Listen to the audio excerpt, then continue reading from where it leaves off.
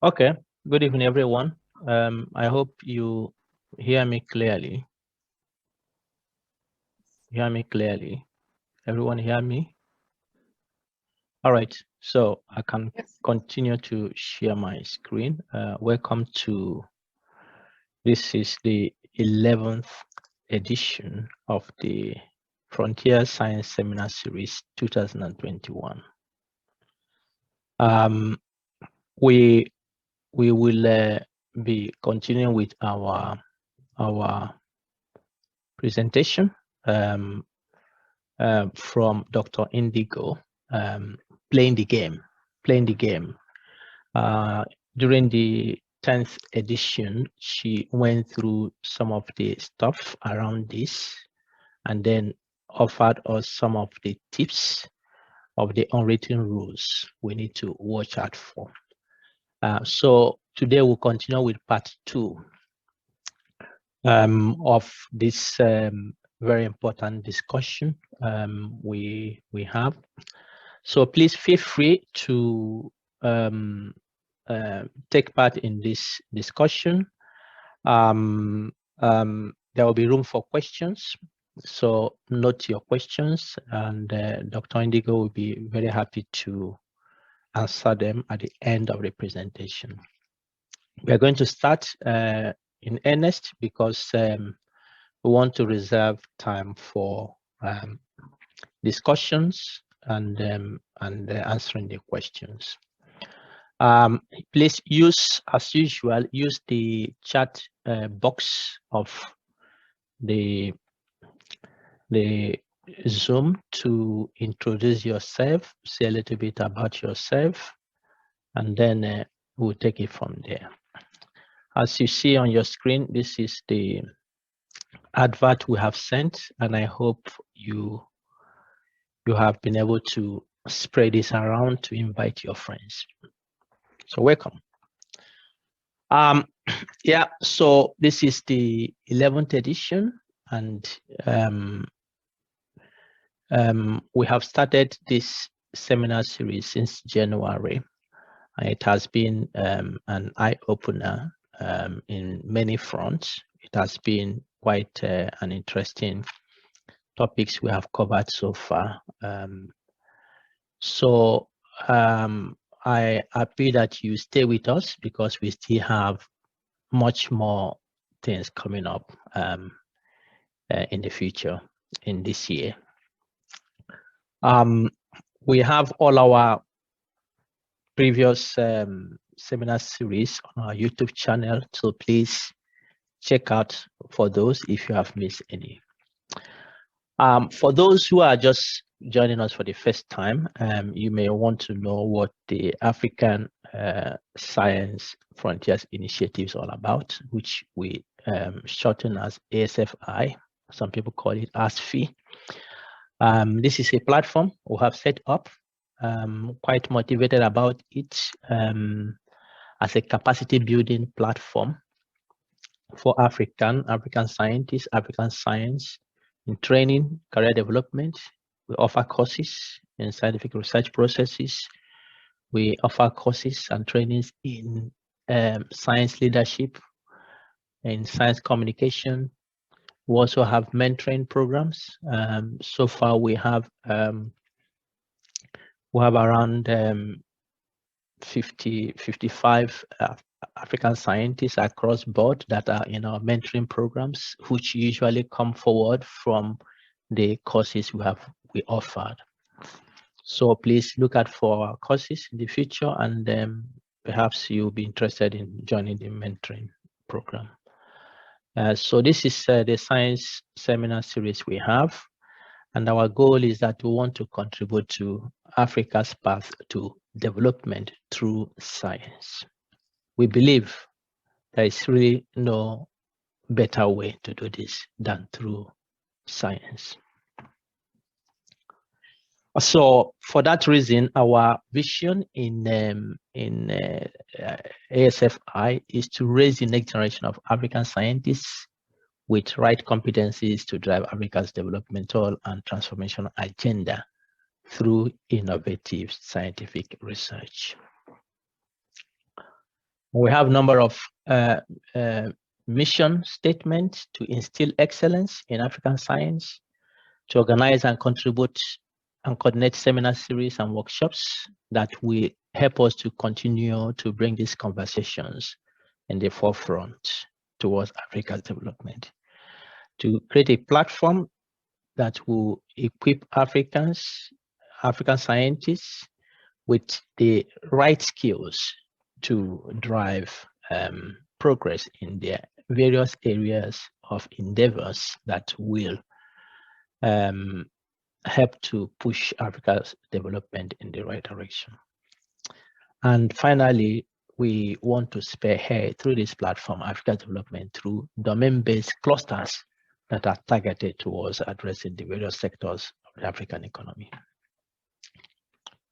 Okay, so we have seminars and workshops, we have hands-on courses, as I've mentioned, we have the mentoring program, and then we'll have ongoing research programs in which we want to, based on the experiences we have had in the courses we have offered, want to see how we can generate evidence that will help us to continue to discuss these issues.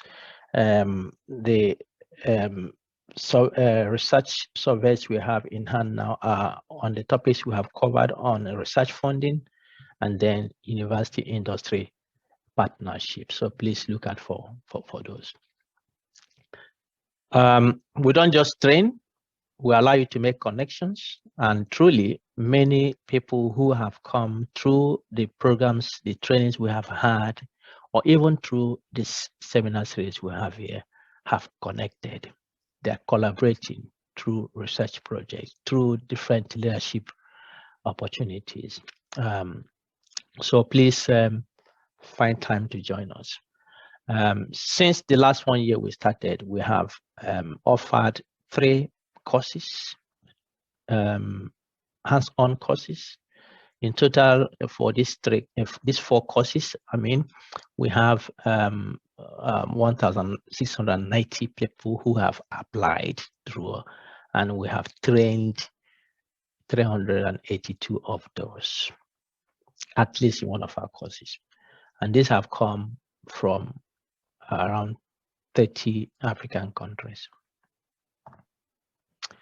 So we are quite happy the way things are moving in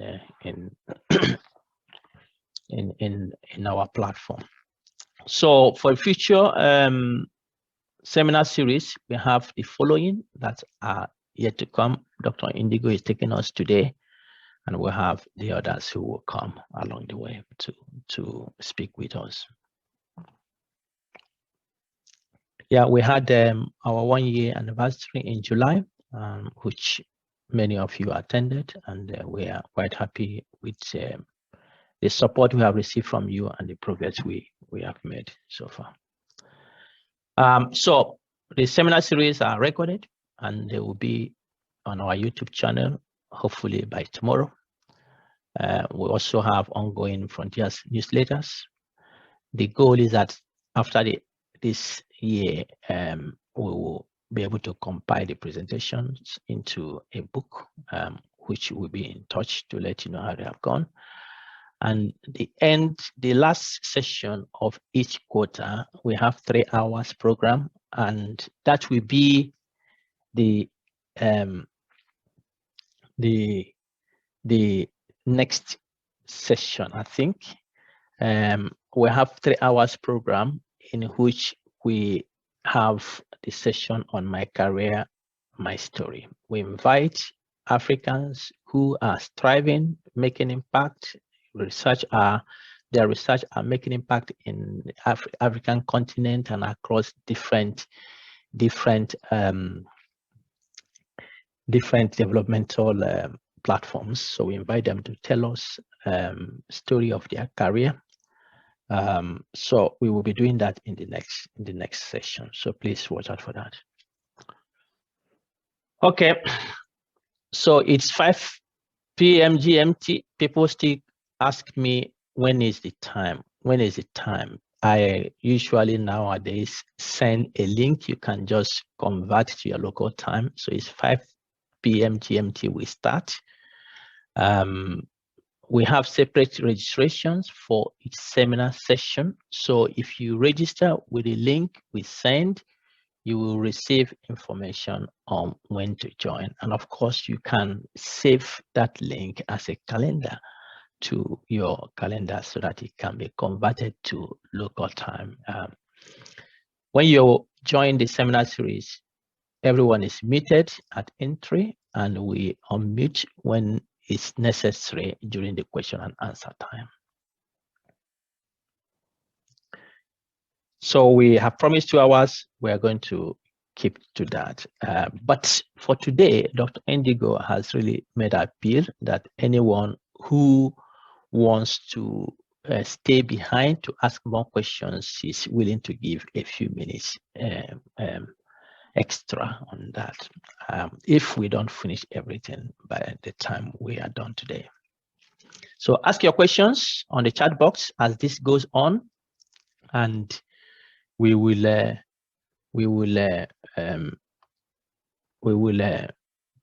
sorry, my listener stop sharing. We will collect them and present them to Dr. Indigo as she presents this. Okay, for next year, we are collecting names. Now we have sent a link for you to help us to complete so that we can plan for next year. So Eman will be helping to put that link on the chat box. So please, you can do it today, you can do it tomorrow, but please, before the end of this week, we want to close this. Fill that that link for us so that we can collect information. The goal is that next year we want to invite different speakers from different fields, as you can see here, of endeavor, who are doing cutting-edge research that are influencing Africa's development in the positive direction. So we want to touch every field. In your field of interest, if you have people you think are doing well, that there is need to showcase what they are doing, put their names there, and we'll take it from there to contact them. Okay, now I need to introduce Dr. Indigo to you. As you can see on your screen, I have put there, Dr. Indigo has been what I will call a friend of the house. She has been a friend of the house in the sense that this is her third seminar presentation.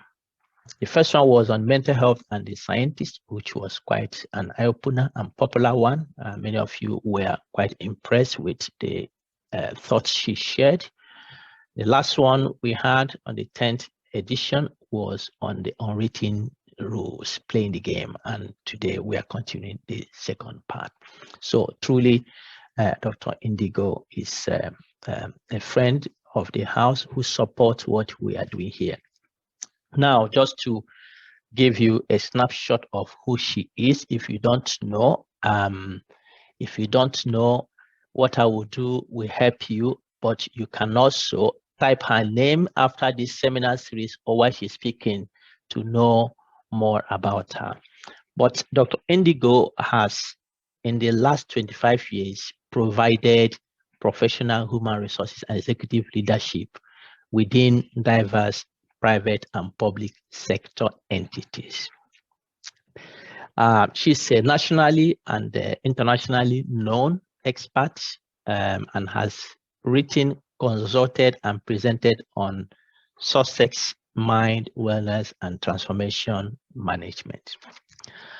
As a CEO, she has been featured in media outlets such as Fox News, New York Times, Huffington Post, Ebony Magazine, name it, which have coined her the $18 woman.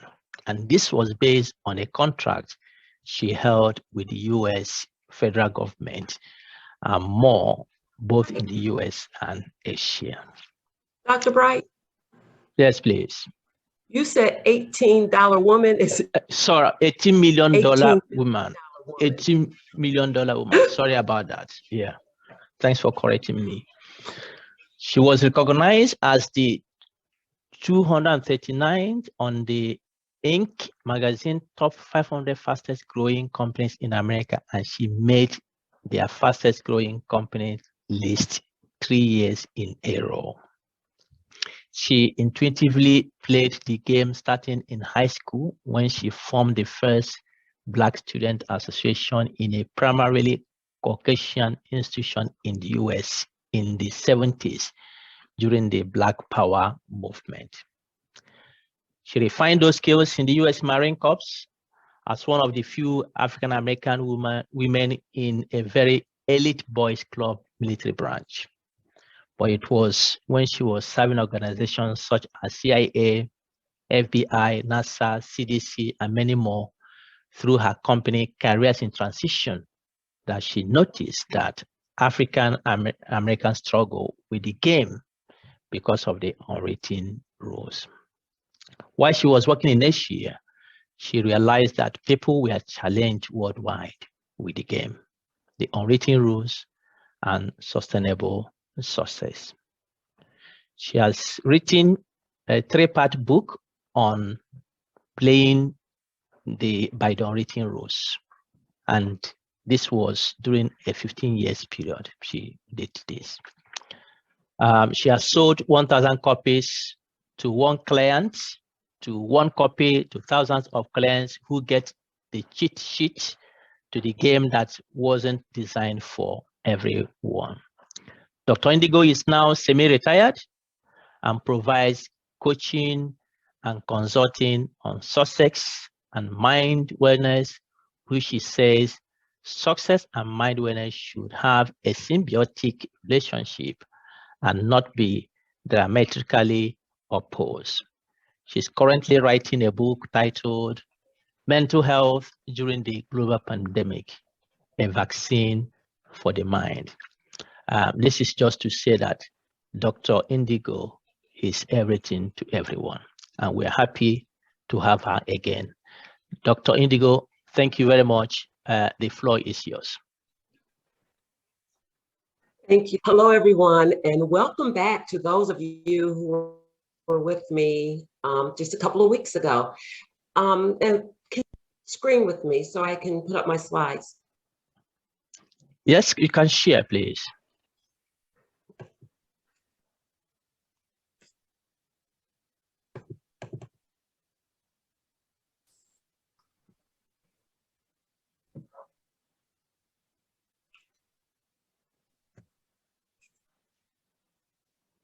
We can see your screen.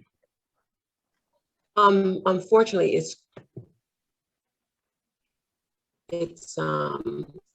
so that's why it took me a while. Okay. I want to thank those of you who are coming here, like James Graham in the US, some of you over in Africa still, and those of you who are part of ASFI. Thank you for being here. Let me see. Tonight in the US, I just got back to the US this week, but I will be back in Africa by the end of the month. And I decided I'm going to do today a little bit different. I'm going to break you guys up into groups and let you talk about some of the unwritten rules, and I'll explain that in a little bit. But for those of you who are returning, let me do a recap. And those of you who are new, this will make a little more sense to you. It's called Playing the Game, the Unwritten Rules of a Successful Scientist. Will be geared towards scientists because this is their platform and they've only invited us to be a part of it. So we will honor that they are science. I'll talk about some things around STEM. But for those of you who are in other industry, it will still be relevant because the game exists everywhere. He shared with you some of the clients I've worked with, such as the Pentagon Army, Bursa Malaysia, which is the stock brokering for Malaysia, NASA. So for those of you who are scientists, you can probably appreciate NASA, International SOS, which has a lot of scientists and doctors, the CDC, which now we're hearing a lot about because of COVID, but I've been working with the CDC since the early 90s. And so now, as each of you, I'm semi-retired. So I focus a lot of my time around mind wellness, transformational coaching for people who are trying to move from here to there in their life, as well as growth capacity, which is dear to me because I've, as Dr. Bright mentioned, I built this multi-million-dollar business, and I know there's a lot of people who are becoming entrepreneurs, and we don't get the help that we need very often. So I help entrepreneurs and small businesses have growth. So why the game? What's funny is, I think the first book was written in the early 90s. And since then, I've seen people play the game in so many ways. Some people play with integrity while others don't.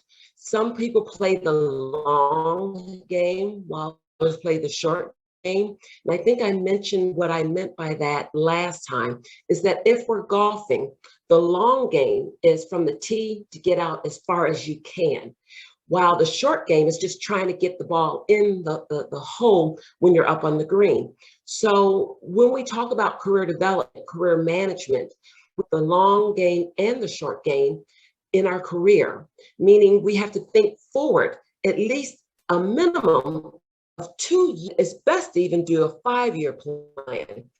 And the reason why I say that is that if you look at most job descriptions, it will say must have 2 years. So if that is true, then you need to have your 2-year plan. So that is the long game. Now, the short game is you do day to day.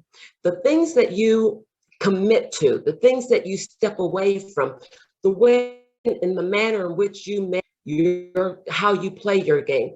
The short game is day to day. And so whether you like being in the, you're in it, just by showing up in the game. So it's a matter of, are you getting playing time or are you sitting the bench when we talk about the game in and of itself? Here is this cartoon that I'll share again. I won't go through all that. Does anyone know where we keep the unwritten rules? I was doing some work for an agency, and it just slipped my mind. It's an agency that oversees all of America's government. And they are the watchdog of America's government. They look at the ethics, integrity, legalities, and so forth. So there was it that they did.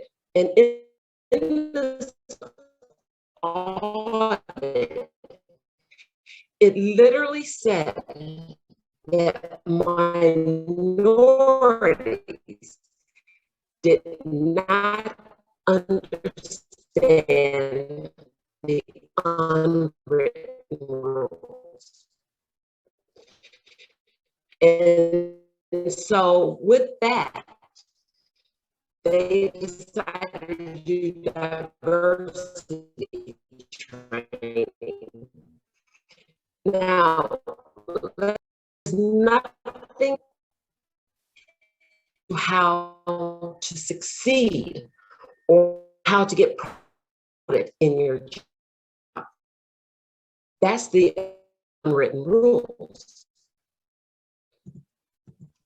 So before we go there, I want to make sure everyone understands why the unwritten rule is important. Right, are there any questions that people may have asked that's sitting there that I need to know of before I move on to clarify? Because it doesn't make sense for me to talk about the importance of the unwritten to the concept of the game. So are there any questions out there? Dr. Indigo, I mute everyone at entry. Do you want me to unmute them? We just want to avoid background noise. So please, if you are going to speak, unmute yourself. If you're not speaking, mute yourself so that we keep the background noise out. So, but Dr. Indigo, do you want me to unmute them now? So we can either unmute or they can ask the question in the chat box, whichever one you think is going to be most organized. Yeah, I think if they're able to raise their hands, if you raise your hands, I will unmute you to speak, or you put your questions on the chat box.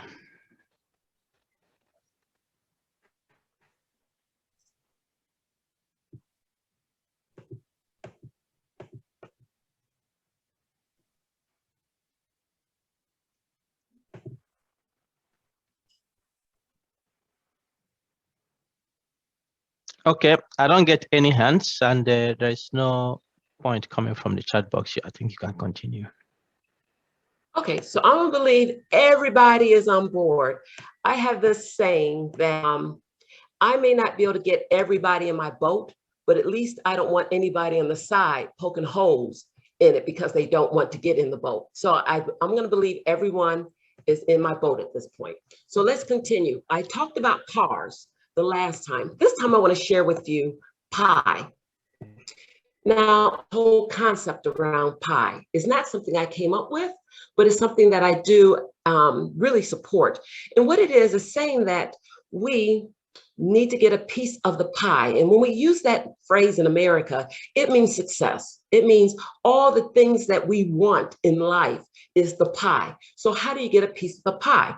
Now, in corporations, organizations, and as scientists, I want you to really think about what pie means.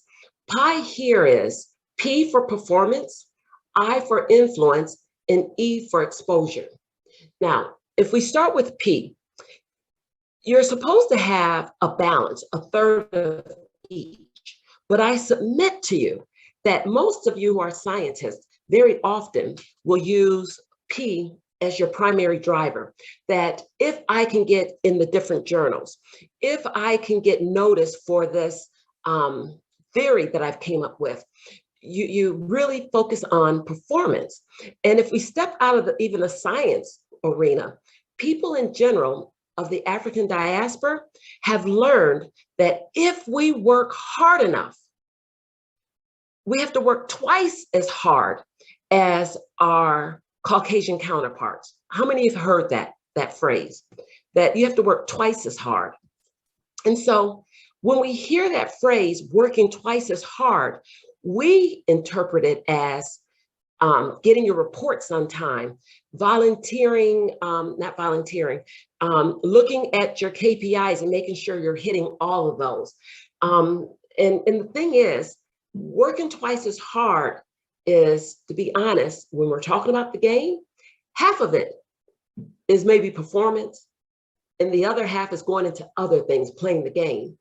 And I remember a student, I was checking in on him, and he was in the STEM, he was in technology. And I asked him, how was he going in his career? And he says, you know what?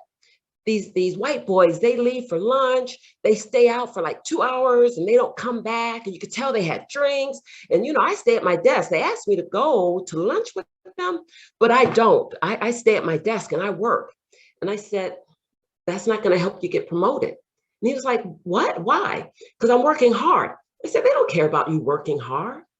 They care about you playing the game, and playing the game is being seen as one of them, connecting with them on that level. You see, a lot of things happen, how can I explain it? A lot of people think that I'm going to work hard and then I'm going to show them in the meeting what I've done.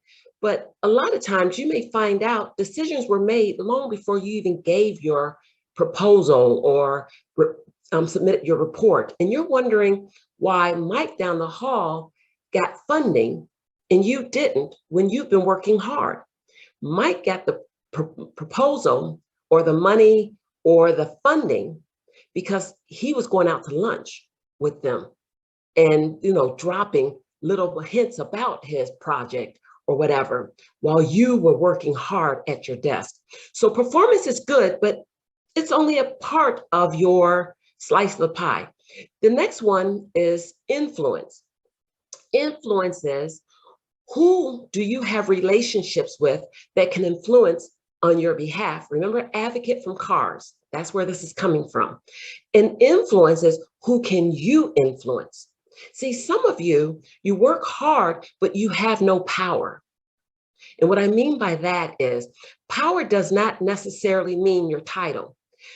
A title power is what's called legitimate power. Then you have power of who you know gives you power. For instance, if I told you that I know the director of CDC and that person is looking to hire some scientists, I have power. I know the person who can hire many of you. I don't. I'm just using that as an example. So don't drop me emails saying, hey, put me in touch with them. But the point is, that's called position power. So there's different types of power that we can have that will allow you to influence. For instance, a lot of times we dismiss people who are the receptionist or the assistant to someone, but they have actual power by virtue of who they're aligned to, and that they can decide whether you'll get a meeting or not. That's power. So I make it a point to establish relationships with front desk attendants. When I'm getting on the plane, I make it a point to really meet and greet the people who will be working that plane, so that if I want something, need something, they're there for me. That's what influence is. It's making sure that you can create the relationships and to get the things that you need, but also to be able to help others. When someone sees you as being able to write letters of recommendation because you're an excellent writer, that gives you power. Because then when you write this letter of recommendation, later on, they can come back and say, hey, what can I do for you? Because now they're in a company that you might want to do some work for. So it's about building your career in such a way that you have the different players in place, but you are really making things happen along the way. The third one is exposure. Now, this is very interesting. Let me talk about exposure. Let me see if I can pull up. So I can't see people again, but it's not major. But let me tell you what I see on my screen. I see an Edward Tetevi. I see a Chinwe. I see a Kalichi. I see a Charles. Marion has her picture. Ennis has a picture, but I have no idea because it's a group. Now, exposure works like this. If I'm putting together a team of people, I would know who to pick out of any of you. So more than likely, I'm going to go and get people that I already know.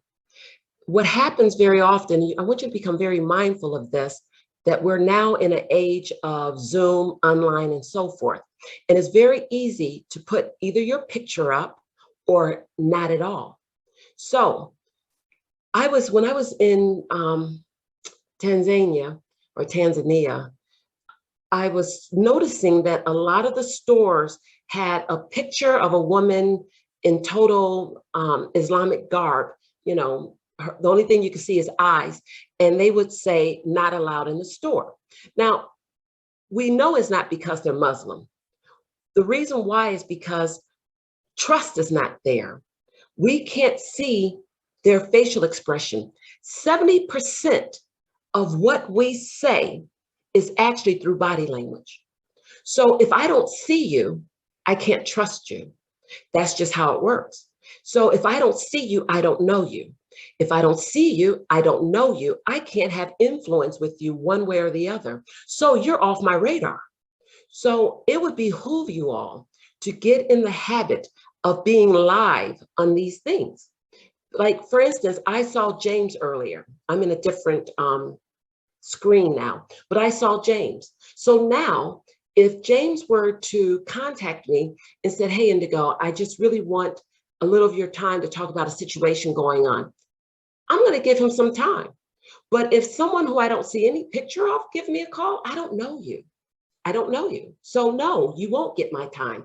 You cannot influence me because you did not have exposure to me. I only had exposure to you. So you see how that works? And very often I find people who are in the STEM industry and scientists believe, once again, that their performance will make things happen for them. So very often, they don't want to deliver their papers. They don't want to deliver their findings on stage. In fact, I've seen scientists give their work to someone else who delivers it, and then everyone assumes that they're the actual author or researcher behind that. For instance, if you do something on a team and you select one person to go and present, you need to make sure that one person is you, because people are going to remember you and what you've said, not what you said in you. If you're not visible to them, they're going to remember the messenger.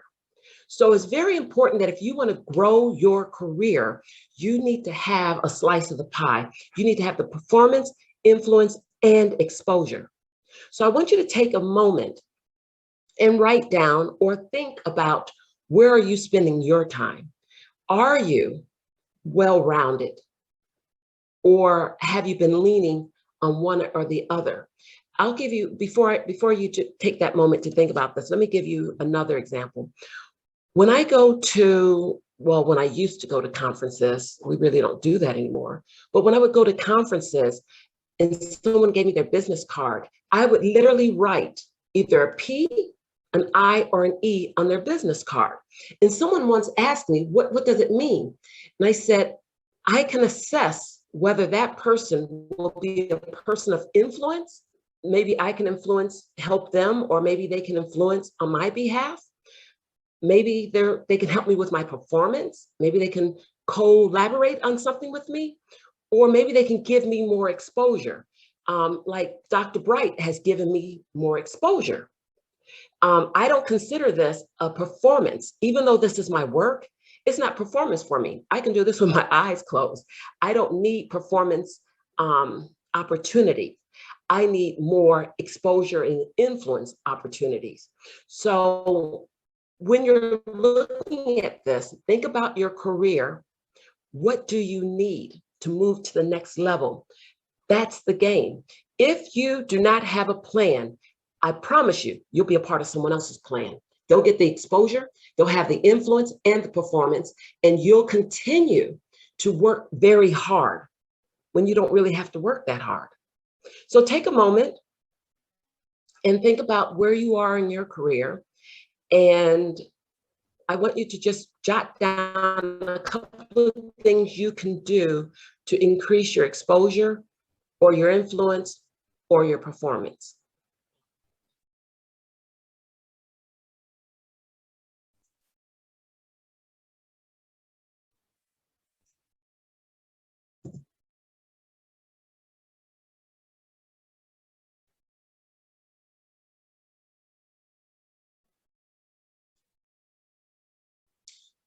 Okay, so with that,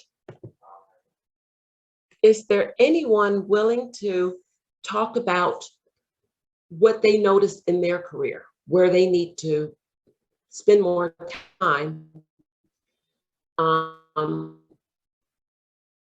with their P, their I, or their E, and even share with us why they spent more time with one or the other? Anyone willing to do that?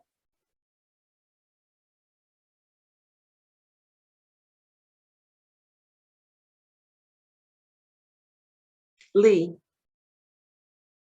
I think it's Leah, not sure. Hi, can you see the hand? Yes, hello. Yes, hi. Yeah, thank you so much, Dr. Indigo.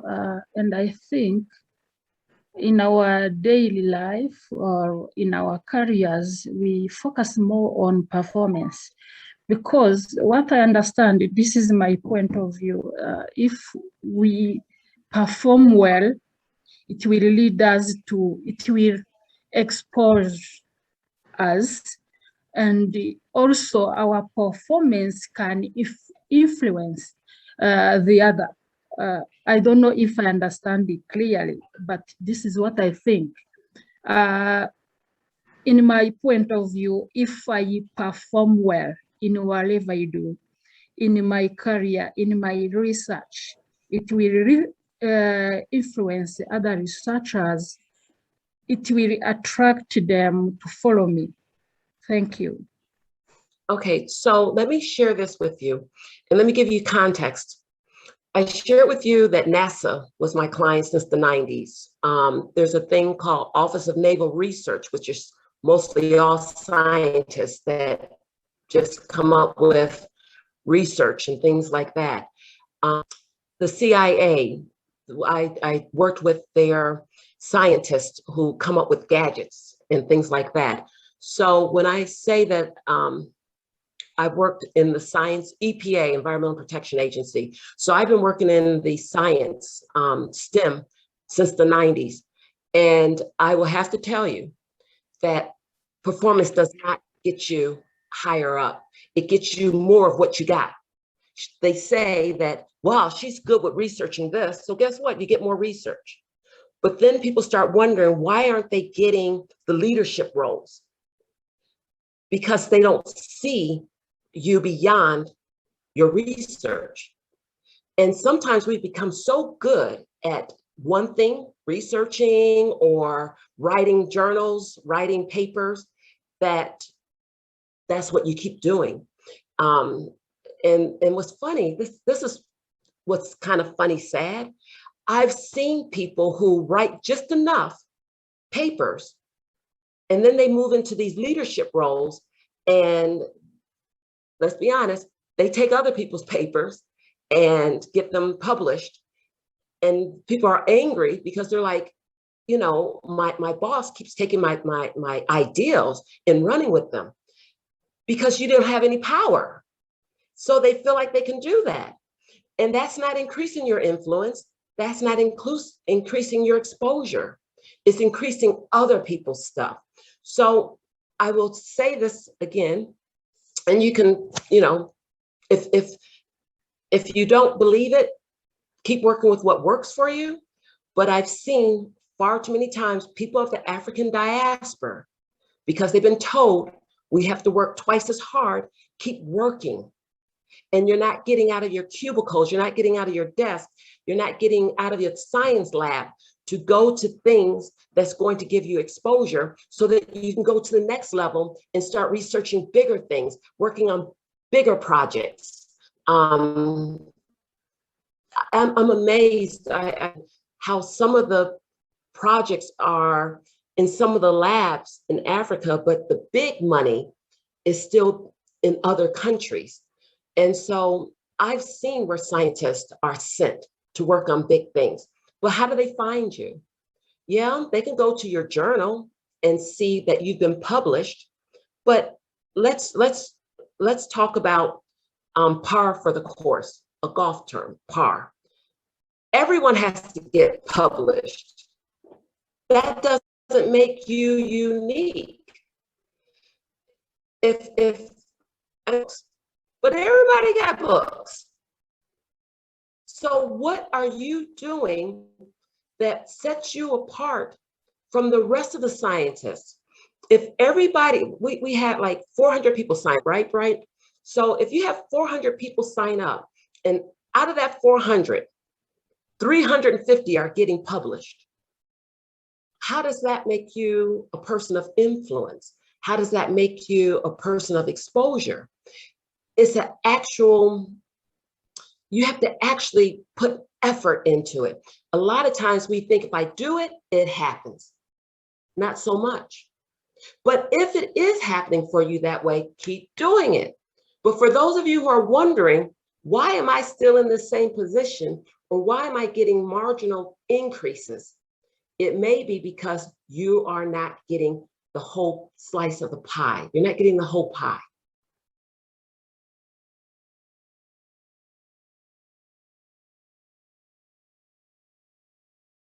Any other questions?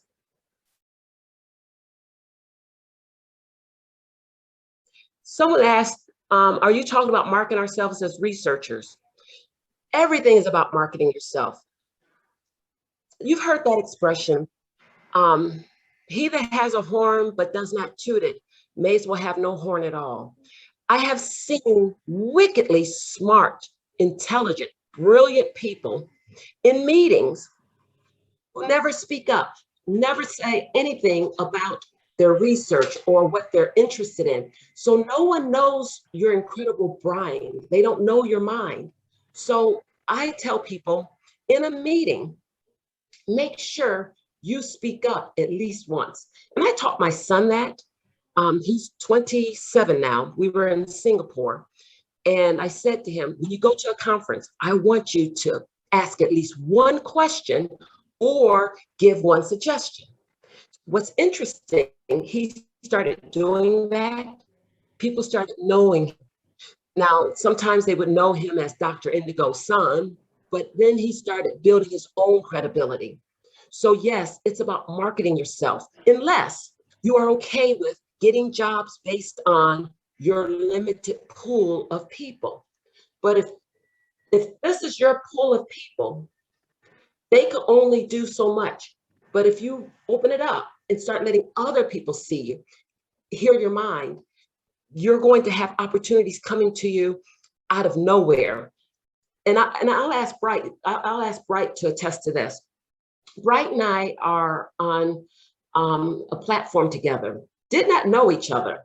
And the way we really came to know each other is that I started posting. I was constantly posting my thoughts, my opinions. And I haven't been on that platform for over a month. And people are now starting to reach out to me saying, where are you? We're used to you posting. Are you okay? And I'm just taking a hiatus. So I know Bright through that. If I didn't show my picture, if I, when they had live things, if I didn't post things, he would not know me. So there would not have been an opportunity for him to have influence, to influence me to come to you.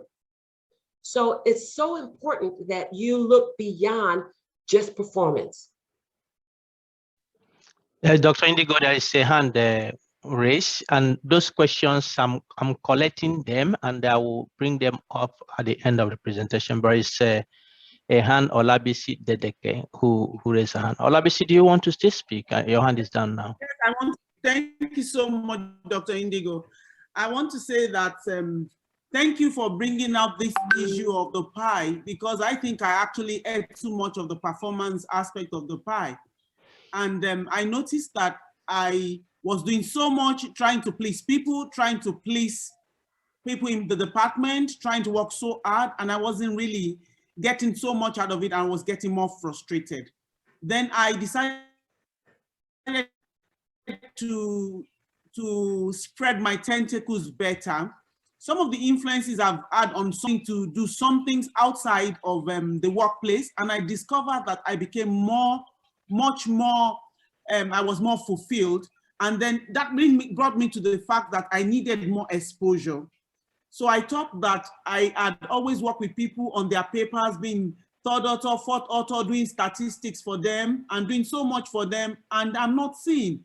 So for me, I need to increase my area of influence, to increase my first authorship when it comes to paper, to get to more conferences, to attend more trainings, so that my exposure will be better. I need to meet more people, so that the things I think I have, I can actually express them, not just performing on the same spot in the workplace and then roving around and not really achieving much and getting frustrated. Thank you. Thank you. So with that, let me share some things that... Over, please. I'm sorry, what was that? Can you hear me?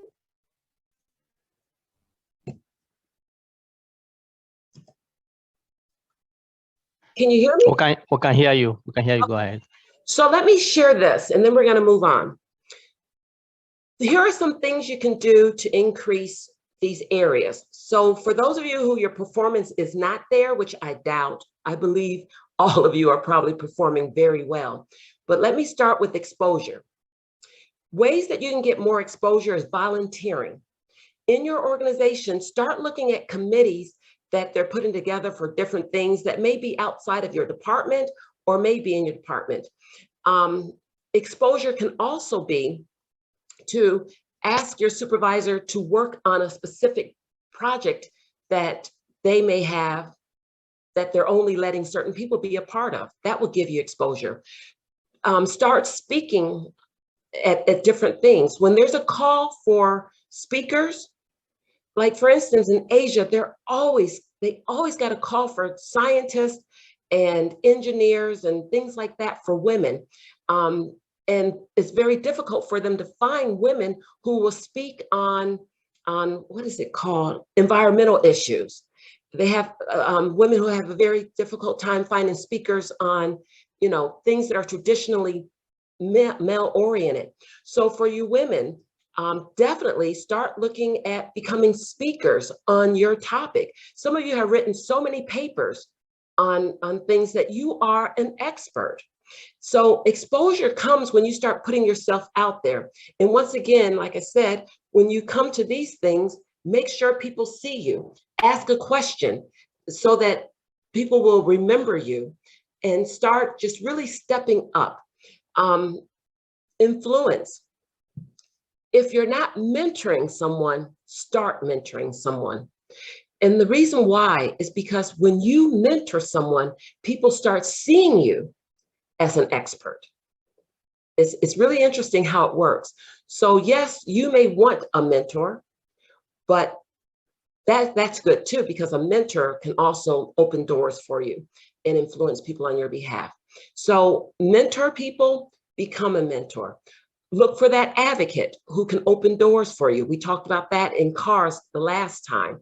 Another way to get influence is to start having a genuine interest in people. I can't mention this enough. My youngest son, he's 22, and we were out and about yesterday, and he's been reading a book about power and influence and things like that. And he started using some of that. And one thing that I could see that he was doing that he didn't learn from me, but I was so proud of him, is that when we go into a restaurant, the first thing he would ask is, what is your name? To the server. If we went into a store and the cashier was ringing up something, he would ask, and what is your name? Hi. And he would repeat their name, because what he says is that, one, people like hearing their name, but two, people like being acknowledged. Far too often, we deal with people as if they're invisible. You know, they take our order, they pump our gas, they do whatever. If we're at work, we give them our mail, we give them our report, but we don't see them. They're invisible. And you know the invisible people in your organization. Very often it's the cleaning people, they're invisible. But let me tell you, if you start seeing the cleaning person as the person who they are, then one day you may be locked out of something and you may ask for help to get back in, and they help you because they know you. They feel like they know you. That's influence. Influence doesn't have to be here to here. Influence can be just the people around you that you connect with. It's about connecting with people. So you can develop influence in so many ways, but part of playing the game, believe it or not, is taking a genuine interest in people. I make sure I look people in the eye. I make sure I say hello to them, greet them. I used to do a thing called manage by walking. And what that meant is that when I came in for my coffee in the morning, I made sure that I dropped by everybody's desk to say hello. So I would stop and say, hey, Bright, how you doing? And really stop to hear what he has to say. And then I'll stop at someone else's desk before I get to my desk. And I promise you, it was an hour before I actually started work. Before I started this whole performance thing, I was busy talking to touching everyone, because this is something interesting to think about. How many times have you not spoken to someone all day, and then at the end of the day, you need to give them something and you need their help? And you go by their desk and they're like, yeah, I'm getting off work soon, so I'll take a look at this tomorrow. Whereas someone like me, who plays the game, would stop by their desk earlier that day and say, hey, how you doing? And kept it moving. Then later on, if I needed something, they would be like, Indigo, I'm getting ready to leave. And I'll be like, yeah, I know, but I really need this. And they'll be like, okay, let me take a look. So that's how it works for you. The game is about getting, remember we talked about cars, getting the right people in to support you. And so, let me see, it won't go back. So that's why this is so important. This is why part of the game is making sure you have the exposure, the influence, the performance, all running at the same time. Don't just expect that when everybody knows me, I'm good. You gotta have performance to back it up. So I can't just show up somewhere and say, well, Bright put me on, without having the performance ready to perform and to shine, right? So it all works together. Okay, so now what I like to do, and I'm gonna need Bright's support on this. Could you hold for 2 minutes? I'm here, can help you.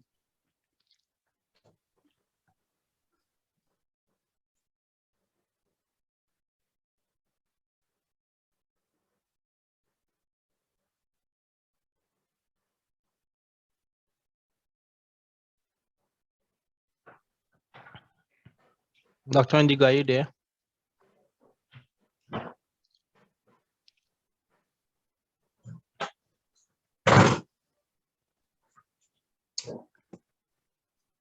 Sorry about that.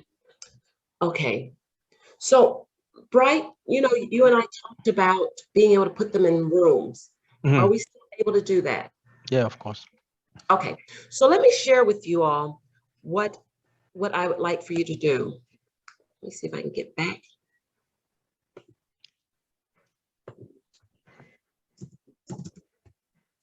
For some reason, this is not advancing. Let's try another one.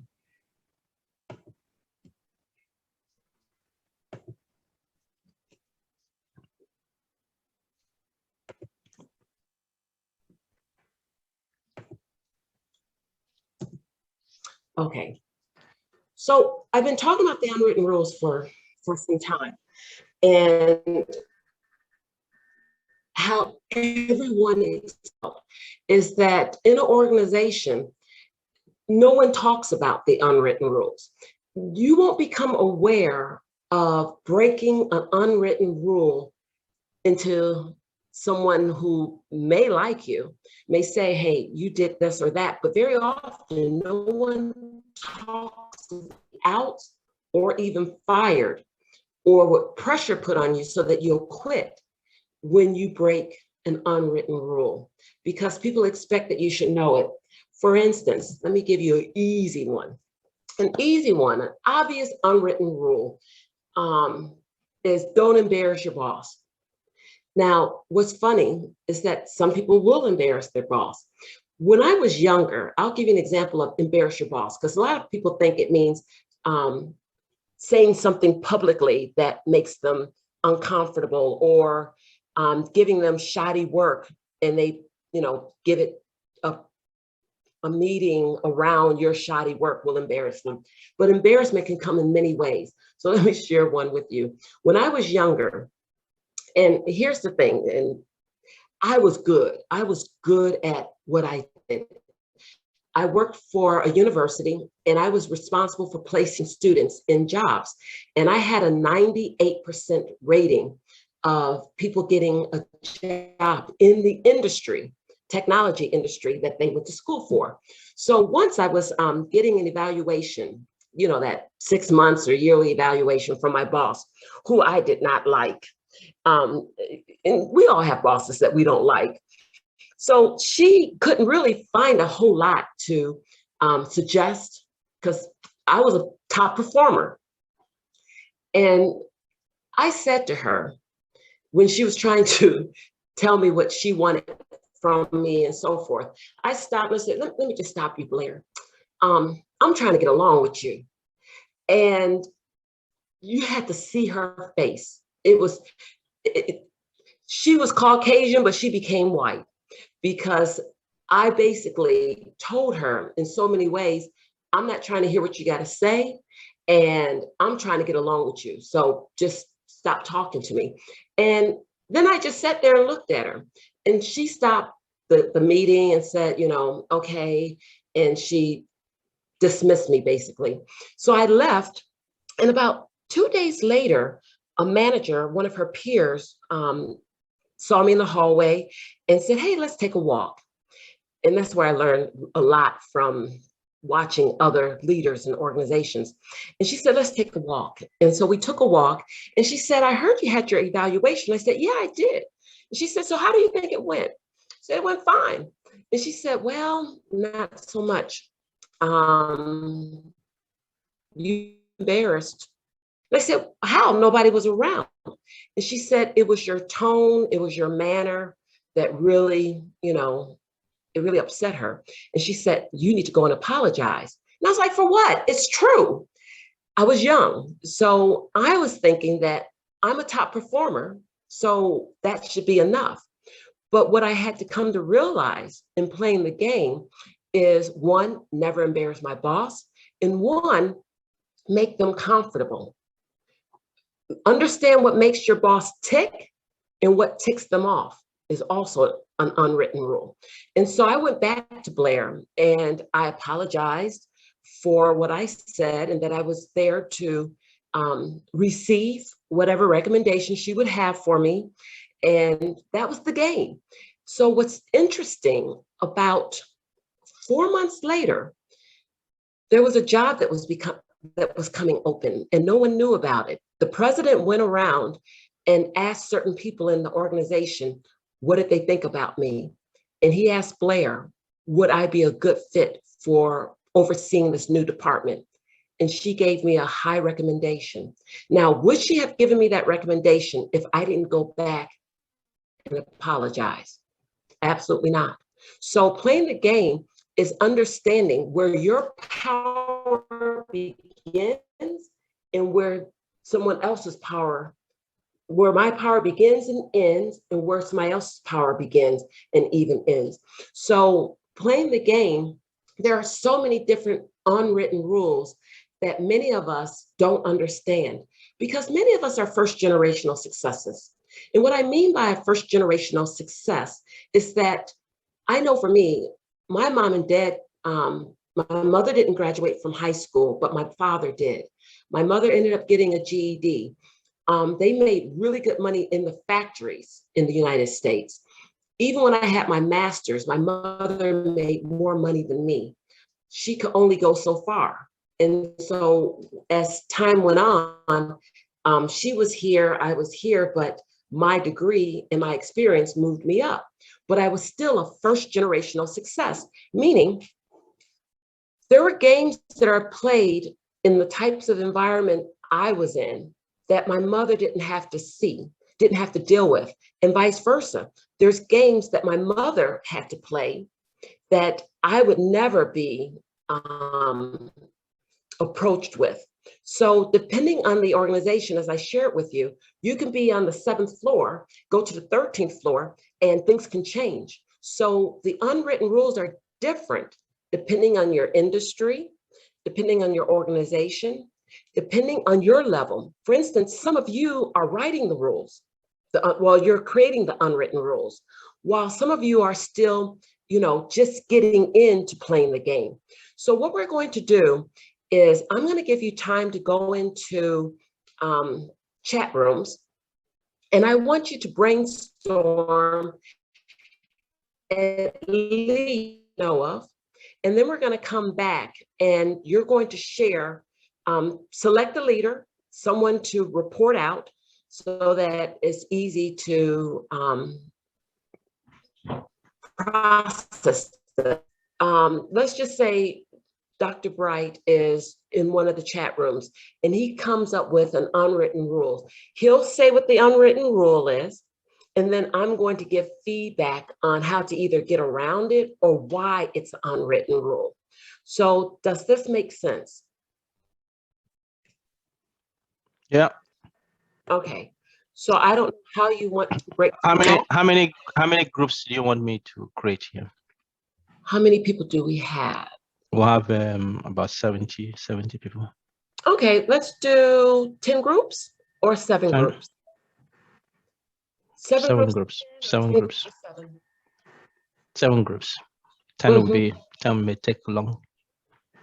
Okay. Yeah. Okay, so I create, and please, once you get the signal on your screen, you select your group and join your group. How many minutes do you want them to stay? Right before we go, I just want to comment. Someone said, I didn't like the example given about the Islamic wear. I didn't make that rule up. I don't like the example myself. I wear head wraps. But when I was in Zanzibar, they had pictures of women in full with just their eyes showing, and they said, cannot come in. Now, if you don't like that example, I don't know why you don't like the example. If you don't like the example because it's not fair, or you don't like the example because I gave it. But I try to give real world examples for a real world situation. So sometimes the things that I will have to share with you are not fair. The game is not fair. I had to play the game 20 something years. My mom still talks about the games that she had to play in a predominantly Caucasian environment with men working the night shift, the things she had to endure, like sexual harassment was part of the game back then. It's illegal, but it still even happens. So if I got on here and said, hey, ladies, sexual harassment is illegal and it doesn't exist, that'd be a lie. It does exist. You have to figure out how you are going to deal with it when you are confronted with it, which is a whole nother show or example. But I will apologize if you felt uncomfortable about that example, but I can't accept a truth. It's a truth. So I apologize, but it is what it is. I'm sorry. So I hope that you'll be okay moving forward to really look at unwritten rules that are uncomfortable to even talk about. When you all get in this room, in your room, please share unwritten rules that your peers need to know. Sometimes we want to talk about the easy stuff and the things that makes us comfortable when there is nothing comfortable about the unwritten rules. It isn't. It's probably the most difficult subject to talk about because it's not talked about and it's not written. Okay, thanks. How many minutes do I give them? 10 minutes? Yes. Okay, thanks.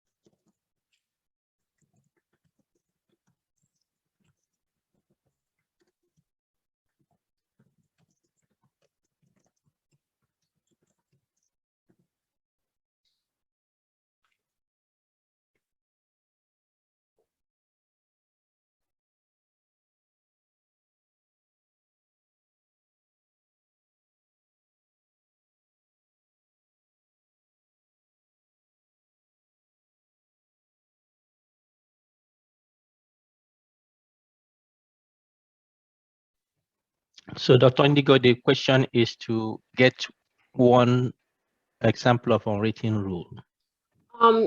Actually, brainstorm, if they can get up to 3, that would be good. Okay. Yeah. All right. Some people are requesting that I join there. Can you join group 5? They want to ask for a question. How do I Break. do that?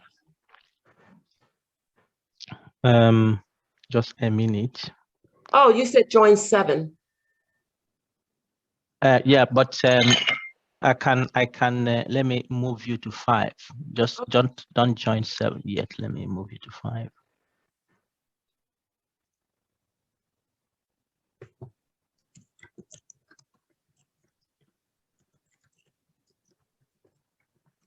Did you get the signal to join 5? Sorry, I was in chat.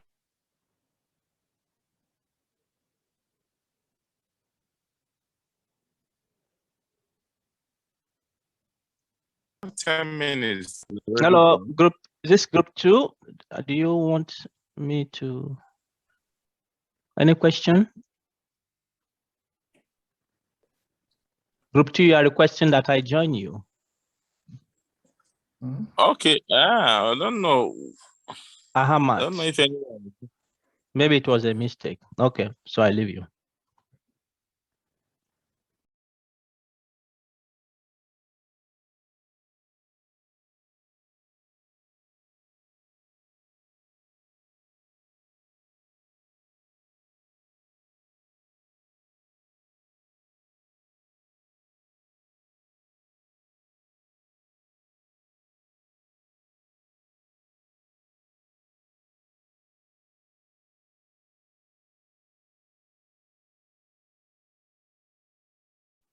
Okay, now Dr. Indigo, everyone is back.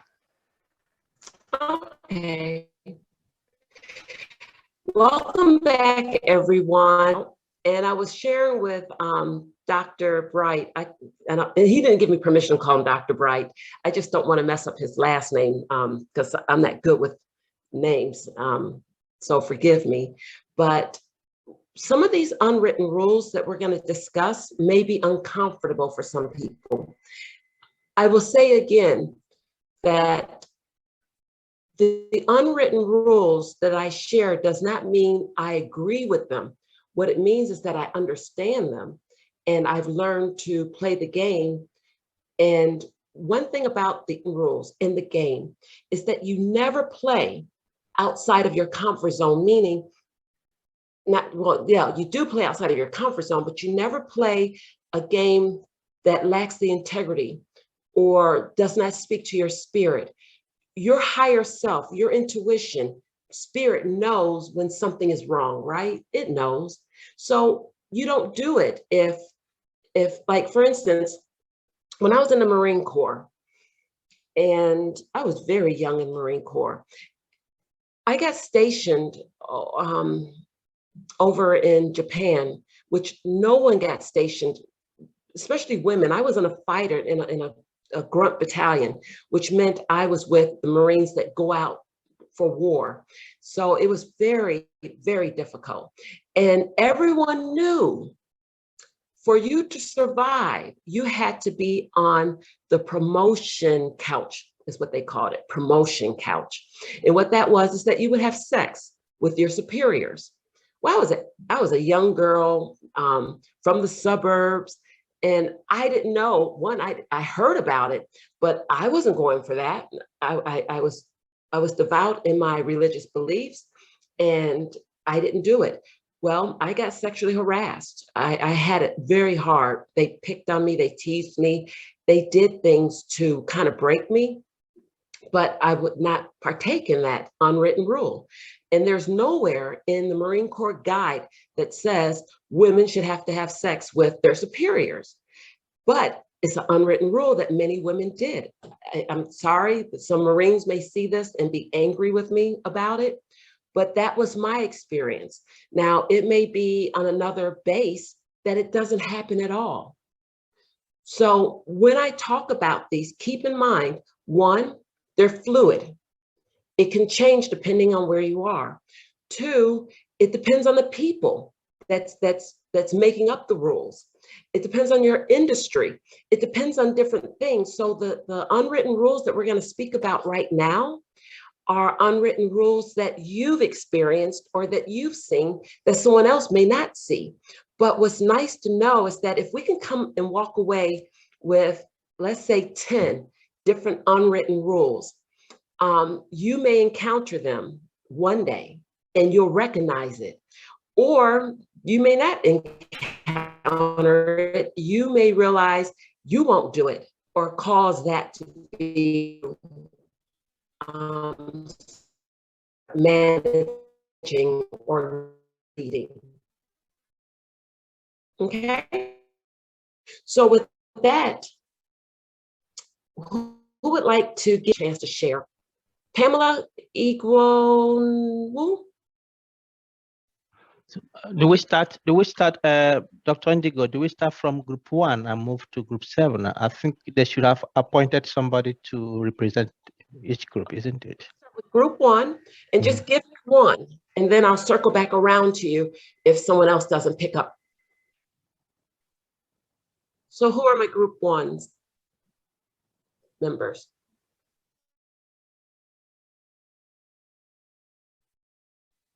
You have Margaret, eh? You have someone? Margaret? All right, good evening, Dr. Indigo. Good evening, Dr. Bright. Hey, Margaret, how are you? I'm doing well. Good. All right. Okay, can everyone hear me, please? Yeah, we hear you, please. Go ahead. All right, so in our group, I'll just pick out one since it says one. I find it's a bit striking. A research assistant mentioned that one of the unwritten rules seems that you should not say no to tasks that you are given, even if it is not your area of expertise and that you're not competent in it. It seems as though that if you say no to a particular thing that you're not so good at, that your bosses would not another time give you something that even if it's your area of expertise, they wouldn't give it to you anymore.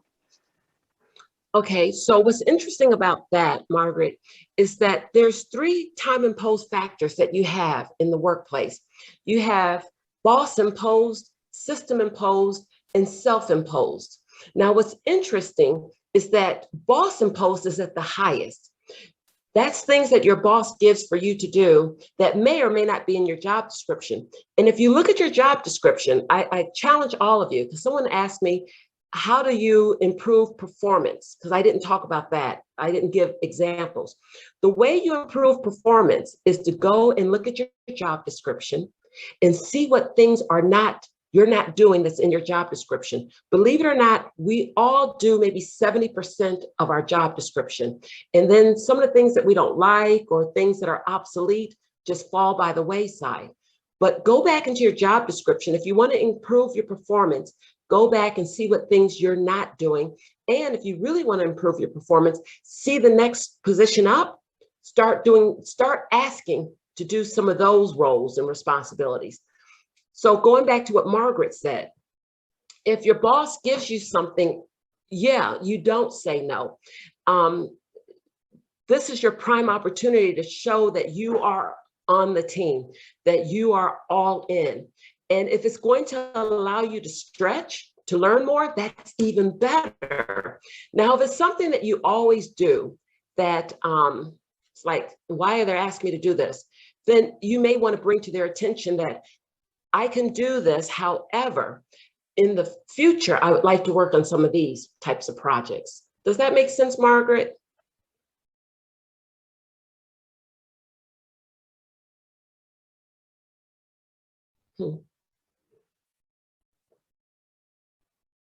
Okay. Group 2. The masses. Hello, Indigo. Yeah. Hello, how are you? I was speak for group 2. So one of the unwritten rules that we came up with is you should not do someone's work without the person's attention. And I see that I myself, I am a PhD student, and other people who are working that also have experienced this, that it could lead to people could say that you're looking for favor or you are doing eye service or that, because this work is not yours, or it's not your responsibility to do it, but probably because of selfish reason or something, you just jump in and do it and then report that, yeah, you have done it, or that is already done. So that could be an unwritten rule that one should avoid. So there are two sides to that I like about what you said. One is don't do other people's work without letting them know. That's called staying in your lane. And I'll give you an example of staying in your lane. My grass was growing. I mean, it was really growing. And I called our service guy to come and cut our grass. And he told me how much it would be because I let it go for too long. So when I got home that evening, my grass was cut. And I was like, but it doesn't look good. You know, the shrubs weren't done and so forth. And so my neighbor mosey over and says, Indigo, I cut your grass for you. I noticed it was growing a lot, so I just went ahead and cut it. As he was standing there, my lawn service guy pulled up. Guess what? I had to pay my lawn service guy because he made a special trip to come and take care of my lawn. So my neighbor thought that he was doing me a favor, but he stepped out of his lane, which actually cost me more. So with that being said, yes, you do not do somebody else's job without permission. But the caveat is also this: you want to do other parts of jobs because that's how you sharpen your skills. I'll give you an example. When I was working at the same university that I told my boss I was trying to get along with her, I asked her if I could do someone went away on maternity leave. So I asked, could I do her job? And she said, I don't think there's any way you can handle both jobs because I need you in your job. And I said, I can do both. I promise you. I've been watching. I know how it works. Let me have both. Now, the reason I wanted to have both jobs, I had my job, which was placing students in high-tech industries. But the person whose job I wanted was the developer, business developer. They would go and find the jobs while I would just put my students in the job. So that meant they had an expense account to take clients out, and I love to eat. So that's why I wanted that job, so I can go out and network and all that kind of stuff. So I did it for a couple of months. And what it did, it allowed me to learn how to develop business. It taught me how to develop business. It taught me a lot of different things. So yes, don't do someone else's job without permission because that's getting out of your lane. But remember I said just before that, look at the job description over you. If you want the next job description and you already have skills for it, it's very difficult for them to deny you that job. So start getting that under your belt. Find a task that's in there that says must have 2 years of experience in, let's say 2 years experience in leading teams. Go to your boss and say, you know what? I would like to lead a team that's going to help you with XYZ. Can I oversee it? So you'd be amazed at opportunities that you can create for yourself that positions you for your long game. So thank you for that. 3, group 3.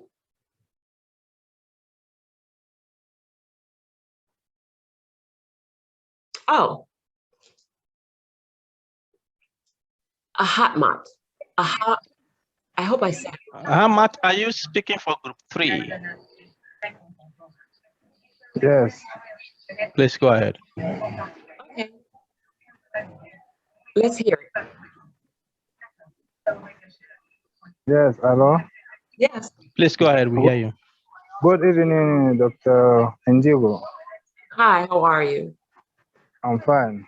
Great.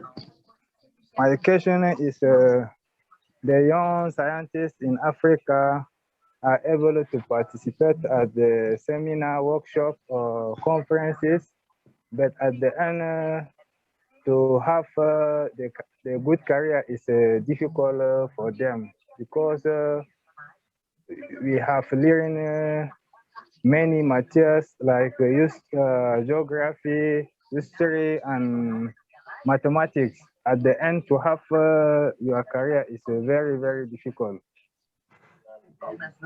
That my question. I need to know how these scientists can do to have a good career.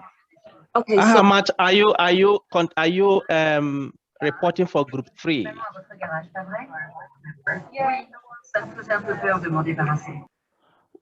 We want for group 3. Who's reporting for group 3? Is it you, Leah? Hello, yes, I am the one. Yeah, so going forward for group 4, group 5, group 6, and group 7, the one who is reporting, if it's your time, just raise your hand, then we recognize you. All right, Okay. Leah, you can go on. Yeah, among the other unwritten rules we selected, one is we find out that we need to understand the dynamic of the system from where we are working in, by avoiding to be selfish in a team you are working with, and also by trying to marketing yourself everywhere you are, trying to branding to excel your profile. I'm sorry, I missed the unwritten rule. What is the unwritten rule? We say that one of them is we need to understand the dynamic of the system where we are working in by avoiding to be selfish in a team, also by trying to marketing ourselves everywhere we are, branding in to excel our profile. Okay, so those are two somewhat different lines of thoughts. One is to understand the system, which I completely agree. Wherever you are, you need to spend time really understanding who are the players. You know, just because someone is the boss does not mean that they are the ones running things. So sometimes it's very good to sit back and figure out who's really running this department. Who's the power people? What's important to them? For instance, if they feel like, I'll give you an example. I know certain bosses in companies that want you there. They don't care that you can do your work from home. They want you on site. And there's some that they come in early and they expect everyone to come in early, or you have a department where people work until it's late. And if you leave early, they frown upon it. So yeah, it's about learning the system. The other part about the branding and things like that, I don't agree, but if that works for you to not market yourself and not brand yourself and not do that, I'm only going by, in America, it's very important. It may not be that important in Africa for people to know who you are and what you're about. But I know here, one of the things that we have learned is that if people cannot identify you, like for instance, if I'm working in an organization, they're putting together a top team. I'll give you real life. When NASA was shutting down a missions operation because they weren't going to a certain planet or whatever, they were going to shut down this whole mission operation. Out of all the people that they could have called, they called me because they knew me. I would, even when I didn't have contracts, I would go to their building and I would walk around and speak to people and say hello and ask people out to lunch. So I will not sit here and pretend that I got multi-million-dollar projects because I'm brighter than everyone else. I got multi-million-dollar projects because one, people knew I was always on the hunt for big projects. They knew my performance, but they also knew me through exposure and influence. So when NASA was shutting down mission operations, not only did they send me to Houston, where one of their big touchdown is, I also did a lot of work at their headquarters. So that's why I will always say branding is important. People getting to know you is important. When you're walking in the door, they need to know you're there. Some of you walk in the door, you go to your desk, you keep your head down, you do what you got to do. Time passes and no one really knows or appreciate you to the level that you're able to be appreciated because they don't see your brightness, you know? So I believe coming in the door, when I'm coming in the door, people know me. I introduce myself. Even when I'm applying for a job, I go and meet people in that company while I'm sitting in the reception area. Someone walks by, I may, take a look and, talk to them or whatever, but that's my style. That's why, and I'm not trying to brag, that's why I was called the $18 million woman. Now, if you're okay with your 9 to 5 and not plowing and pushing through or working hard, if you're okay with that, by all means, do what works for you. But I'm telling you guys, when you look at those people at the top, they're not at the top because they're smarter than you all. They're not at the top because they did something so revolutionary. They're at the top because people saw their work, they spoke up. Rotary, and I think it's Rotary, will say, not Rotary, what is that other group? International speakers, something like that, which is the 4 S's: stand up, speak up, shut up, sit down. What was most important is to stand up and speak up. Many of us aren't doing that. So the first part of what you said, I'm all in. Yes, understand who you're playing with and the rules and how they perceive things around them. But at the same time, let people see who you are.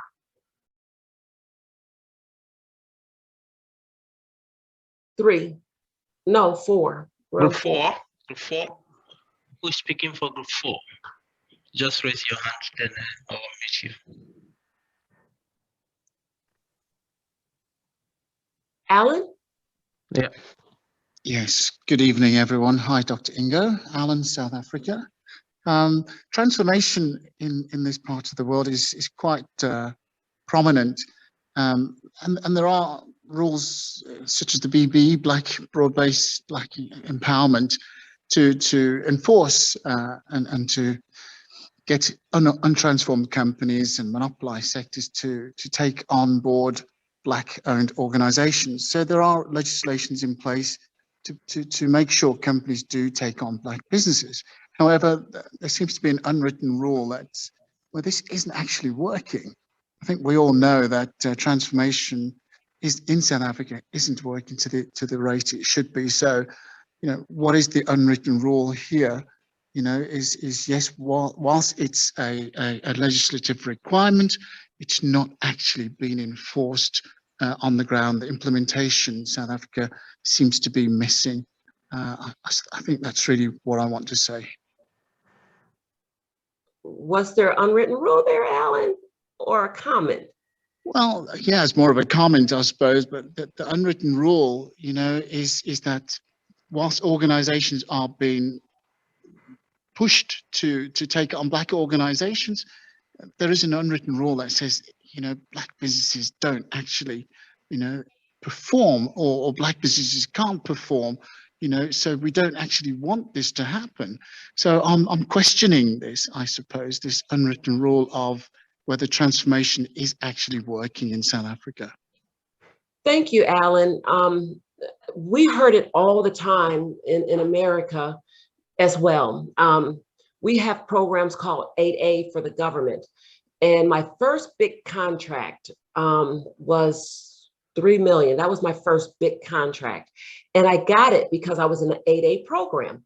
But what was interesting is that everyone would say things like, they don't like giving small minority businesses these projects because you all don't do well on them. So that made me work just as hard, right? Going back to performance, so in productivity. So yes, Alan, that sentiment is here as well. But this is where I believe the problem is. As I watch across Africa, the transformation that's trying to take place in different places, there's something that's missing. And that thing that is missing is change management. For those of you who do research, you'll hear that 70% of change initiatives will fail. 70%, that's a huge number. And so if we're talking about transformation, transformation is what? It's change. But a lot of times people don't go through the change management process of understanding what has to happen for change to take hold. They don't understand all the different players, all the different nuances of change itself. So Alan, what has to happen is that when they start putting different initiatives in place, that means there's a change. That means they have to start doing business differently, which means training people to be ready for the way we do new business, helping people embrace that change. And that is one of the biggest things that I think is missing, is the change management component. People want to transform like a butterfly. They create the cocoon and they want the transformation where they come out as the butterfly, but they don't want that hard work of becoming the butterfly. See, a lot of what happens is not what we see of the butterfly and the wings. It's the growth and the struggle in trying to get out of that cocoon that is the transformation, the change part, not the stuff we see once the butterfly comes out. Does that make sense? So I know I kind of jumped around on some things, but Alan took me there. You can blame Alan. So are we on number 5? Valili? That's valid. Yes, Dr. Indigo. Yeah, no, thanks. I just wanted to, I know that you are supposed to proceed to the next group, but I just wanted to elaborate a bit on what Alan said, especially from the South African perspective, and also to argue further on the point that you have made, that I fully agree that change management as a knowledge system is a requirement. But my rejoinder on your statement would be, in a typical environment like South Africa, where you find that the previous systems of domination and control are still very enduring. We have a complicated system now where transformation or change management is seen only in quantifiable terms, where transformation or change management is measured in terms of numbers, not in terms of what I would argue should be ethical or moral practices. And these ethical and moral practices would mean that those parts of the groups of the country, particularly along the racial lines, who still control 80% of the economy, and those people, they only make less than 10% of the population. So ethically and morally speaking, that particular group of people have got a social responsibility to release the resources in deliberate ways, in more socially responsible ways, to ensure that the masses of the people are empowered. I know that even with the people are supposed to be recipient of those resources, there are always accusations of corruption or meddling the system, which then brings the whole debate to the centering which we are trying to promote, as to at which point are we allowed to break the rules or to navigate the rules in such a manner that you can actually play with the rules for the betterment of all. So that is the elaboration I would like to add on this particular issue. And I think what's a good point is, when do you break the rules? Not all rules are ethical, fair. Some are illegal. Some are biased. You know, remember we talked about why rules are unwritten. They're unwritten because they're not fair. So sometimes it takes the people of an organization to say, this isn't fair, you know, like for instance, and I'll go back, instead of using South Africa as an example, I'll go back and use a corporation as an example. So you may have the women, you're gonna love this. So I was doing this many years ago for Nothing But Women in STEM, right? Playing by the Unwritten Rules. And the women got together, because it's all women, and they were in their little groups. And when they came back, one of the groups said, as a woman, do not volunteer to bring the baked goods or take notes at your peer meetings. And I thought that was interesting.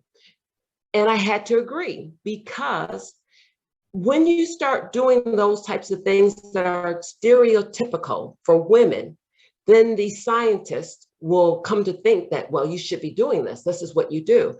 And you're not seen as their peers, but rather their wives, their daughters, their mothers, and they start treating you differently than they would their male colleagues. So the women would have to come together if they want to change that, and start saying, when someone says, oh, I need Marion to, you know, make the coffee for us. Marion needs to push back, and the other women have to push back and say, yeah, I think we need to share that. So let's start a list of who's going to prepare for the meetings, the upcoming meetings. It can't just be us women. So yes, change can come when you see that these rules are not fair, and you get enough people who will buy into stepping up to saying, we got to do something about this. So I think we're on 5. 4. Was On it? to 4. Okay. 5. Is it 5? 5. Okay. So who is representing 5? And we just have 5 minutes to go. After 5, I think we'll discuss whether those who want to stay behind to continue. Who is representing 5?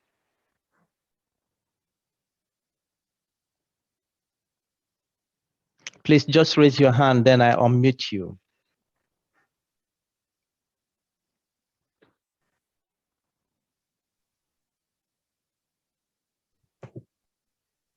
Okay, maybe we'll go to 6. 5 is not ready. Unless somebody from 5, maybe the person they selected left. Is there anybody from 5 that recalls what was discussed? Okay, let's go to 6.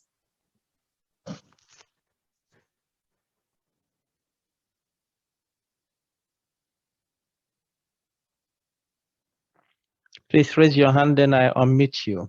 Who is representing 6?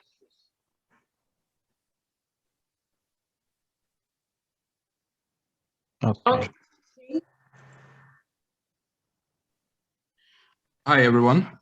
Hi, how are you? So in group 6, we mentioned a couple of points, but I'm going to take one since it has it's like merging 2 other things the group members said. So the unwritten rule which I will go with for the group is outshining your boss. For two components. The first is pertains specifically to females, is dressing way beyond your boss. And then the second one is addressing queries or questions that are directed towards your boss in the presence of colleagues. Thank you, Henry. This is really interesting. It is not just women that you got to be careful. I've been places and I've heard where they'll judge you by what car you drive. They'll judge you by what you wear and things like that. So if you're in an organization and they're wearing Dockers and you come in with your Brooks Brothers, you may ruffle a few feathers. So if you're saying that, but this is what I like, this is what I'm comfortable with, you got to be careful that you may cause people to be uncomfortable with you and not include you in things, not allow you to really be a part of the organization or value you for your work just by what you wear, which is petty, but it's true. And then to outshine your boss, yeah, you don't want to do that. But what you can do is help your boss shine. Meaning, say for instance, you have something that could make them look good in a meeting. You give them that, and if you notice that they'll say it and give you Henry credit for it, great. But if you have a selfish boss, don't feed him anything, but yet don't strip away from him as well. You see what I'm saying? So you don't make them feel incompetent, or you don't outshine them, but you also don't give them ammunition to make you look less than what you're bringing to the table. So first, give them some stuff slowly and see how they treat it, you know, or do they take full responsibility or credit for what you give? The next one, 6. Thank you for that, Henry. Okay, before we go to the next one, Dr. Indigo, I just want to, because our time is up, so that those who want to leave, you're free to leave, but let me mention that I've just put the link for planning the seminar series for next year. So please go to that link if you have not done so, and you have up to Friday to do that. We need names from your various fields of endeavor. We want names of those who can come to this platform to share their experience of what they are doing in their field. It may be research, it may be innovation, it may be different things, you know, that are influencing Africa's development. So fill in the names there, and we'll take it from there to contact these people and plan for the program for next year. Finally, the next thing I want to mention is that for our next seminar, which is on the 12th of September, we'll be dealing with the issue of media, the public, and scientific research in Africa. What is the role of the media in scientific research? What is the public doing in scientific research? And we are privileged to have the head of communications and the communications manager from the African Academy of Sciences. As we know, this is the highest organ of Africa science with regards to policy initiatives. So they will be presenting this, and I think they will be sharing experiences of what this academy is doing with regards to media and scientific research. And on that session, we'll be having the well-celebrated journalist Dapo Olorunyomi, who is the publisher of the leading digital newspaper in Nigeria, Premium Times. He will be moderating that session. So the next session is fully packed with a lot of personalities who will share very apt experiences of what media is doing in science. Please don't miss this. We'll circulate the advert before the end of the week so that you can invite your friends and register for that. On that day, we are having 3 hours, and they will be having 2 leading African son and daughter who will be presenting to us their career experiences. We'll have Dr. Karen Clote from South Africa and Professor Yassa from Egypt. So get ready for 12th of September, and we hope to see you. So we promise to keep you until this time. If you think you want to leave, no problem, but we'll continue to finish the groups. And I think Dr. Indigo is happy to stay to finish this up. Okay, so group 7, is it? Dr. Indigo, you are sharing your screen. Go ahead. You're muted at the moment, so please unmute yourself.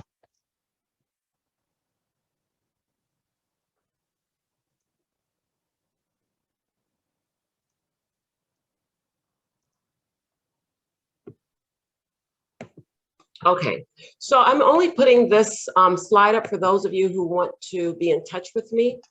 And group 7, did you want to go, or 8? Did we go up to 10, right? Or did we do 7? 7 groups. Okay, Kalichi, and then Edward. Edward is representing us. His hand went down, so I replaced mine. So I'm going to hand over to him to say what he has to say. Okay. Okay, yeah. Good evening, Doctors Indigo and Dr. Bright. Hello, Edward. Group 7, we discussed a number of points, but the one that strongly comes to the fore is with the issue with publication, where you may have to cite your boss as the last author or the corresponding author at all costs. And in cases where you have more than one boss, that becomes very difficult to navigate. Okay, so thank you. That's one of our points. That's excellent. Thank you for sharing that, Edward. I had a lady at EPA that was she was so frustrated because all her journals, her papers, she had to put her boss. And she said, I don't know what to do. And I said, well, here's something. I want you guys to think about it like this. There's 3 ways you can deal with things in your career, your job, your life, everything. You can either stay and take it, stay and change it, or leave. So if you decide to stay and take it, you just continue doing it with the understanding that one day, that if that's a rule, an unwritten rule in that organization, and you move up in that organization, then you'll end up getting your name on other people's paper. So you're found. So if you stay and take it, that may be the outcome. Or you may never ever get the notoriety that you need based on your papers. So that's stay and take it. Stay and change it is to have a professional conversation with your boss, asking if she or he will allow you to use your name and use theirs less and less so that you can, grow your career and so forth. See, a lot of times people don't even realize that they're hurting you by taking the shine away from you. But if you have a conversation and say, look, I want to be able to work on these types of projects in the next few years. Will you allow me to have my name on this paper? Will you allow me to even help work on this paper with another, colleague? So a lot of times we don't talk. We don't tell people what we want out of fear of being rejected. So we just kind of bury it and not discuss it. So I recommend if you decide that this is something you want to do, but you want to stay and change it, it starts by having a conversation. The last option is leave.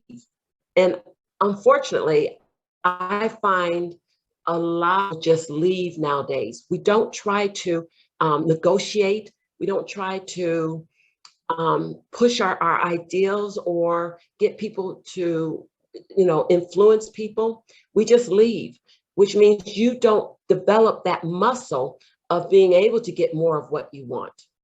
So excellent point, Edward. Thank you. Who's next? Did we only have 7 groups, Bright? Yeah, just 7 groups. Okay. So let me say this in closing, you all.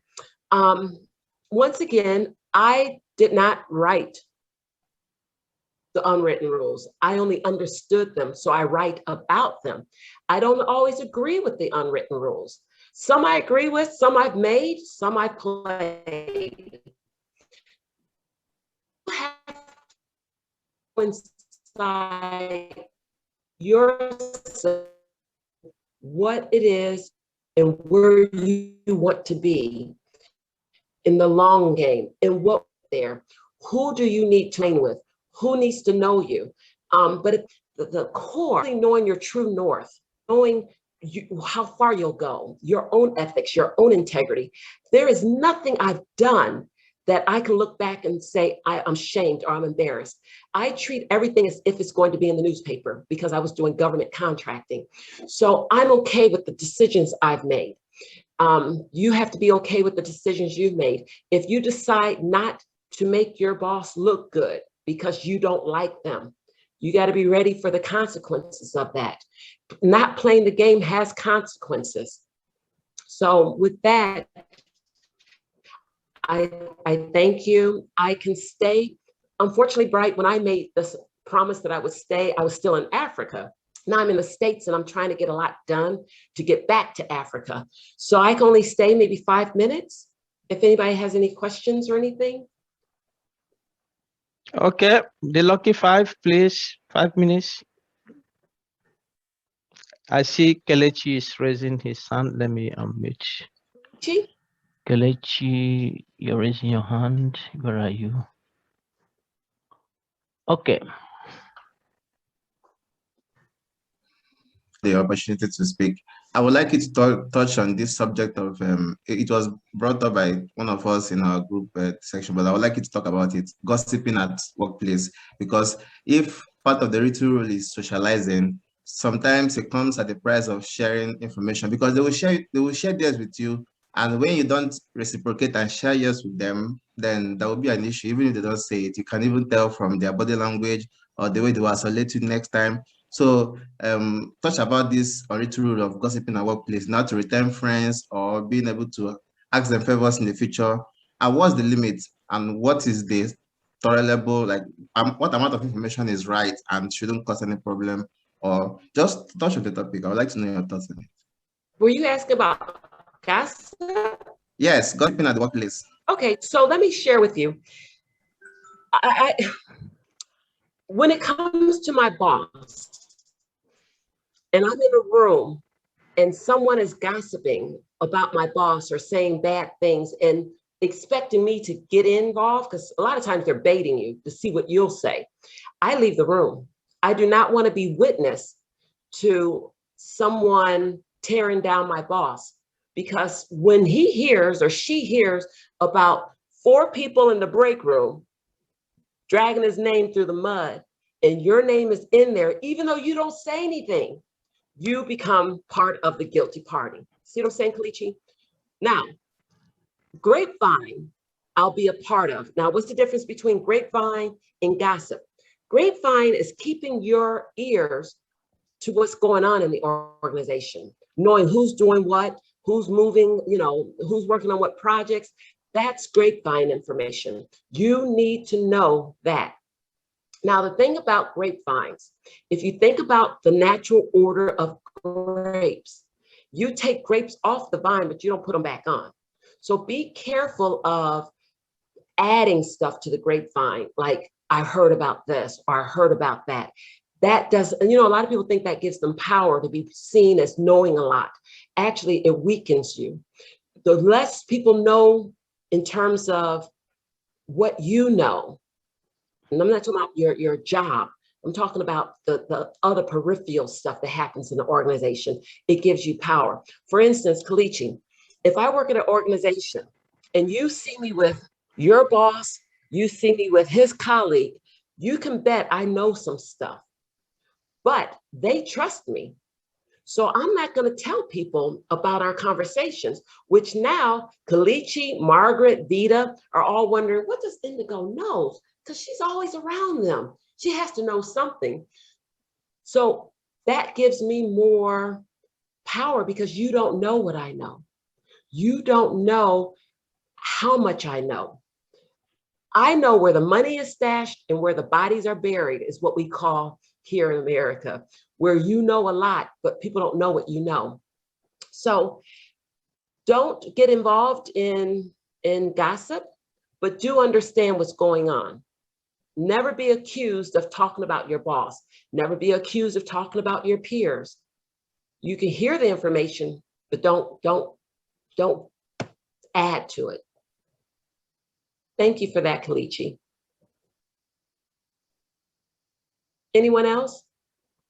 And let me just say, I'm glad to see Kalichi. I see Damascus. I see Naaman.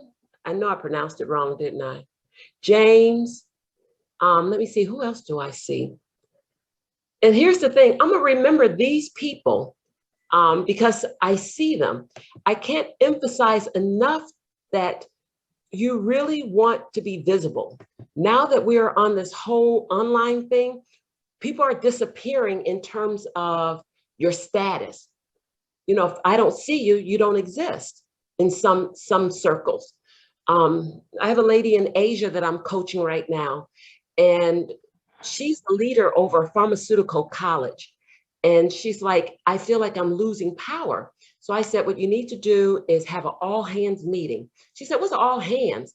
I said, that's a term in America where it means we bring everyone into the meeting. And I said, and you make it compulsory that everyone must show up by not having their picture, but actually there. And she said, oh, they're not gonna like that. And I said, but here's the thing, you're paying them 9 to 5. You get to demand to see them from 9 to 5 because they're on your payroll. So she did that, and a lot was revealed by her doing that. Who was really present, who wasn't present, who wasn't really doing their job because they're on lockdown. So they can't go to the office.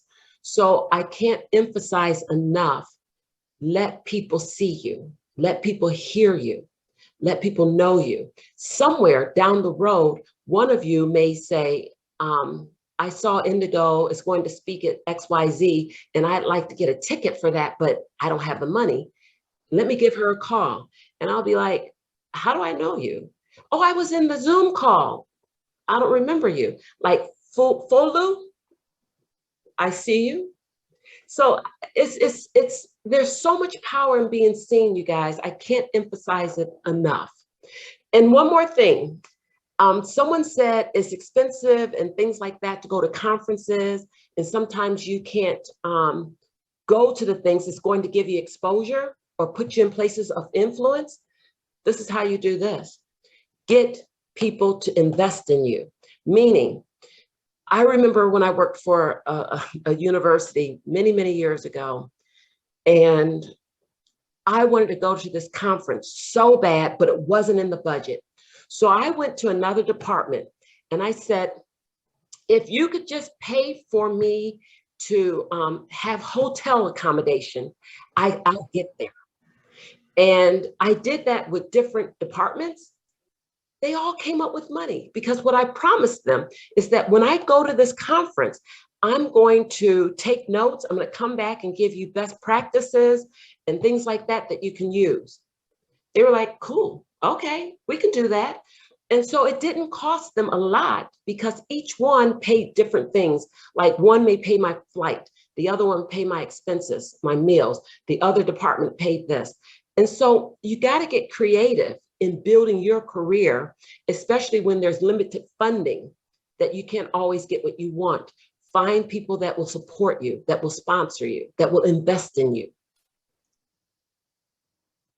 Okay, Dr. Indigo, thanks very much. You have challenged us, and I think it's time now to show your face. Eman would like to take the picture. Everyone show your face now. I will start by showing my own face. Eman, are you ready? Thank you. Yes. Yes. Everyone's ready.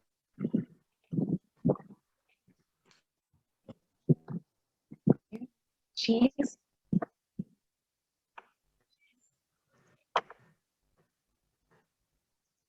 Is it done? Yeah. Okay.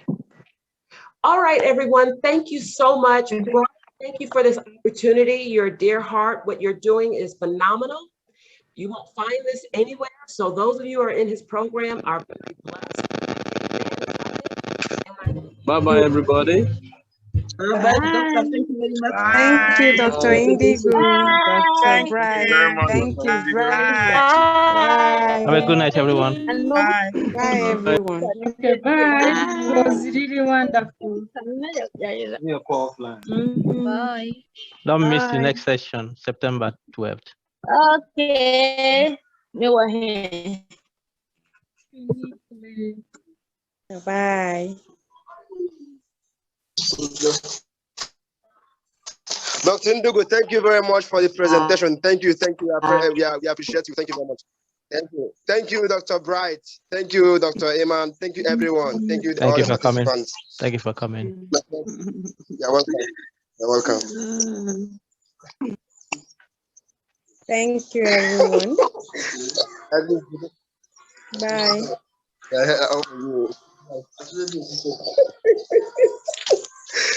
A good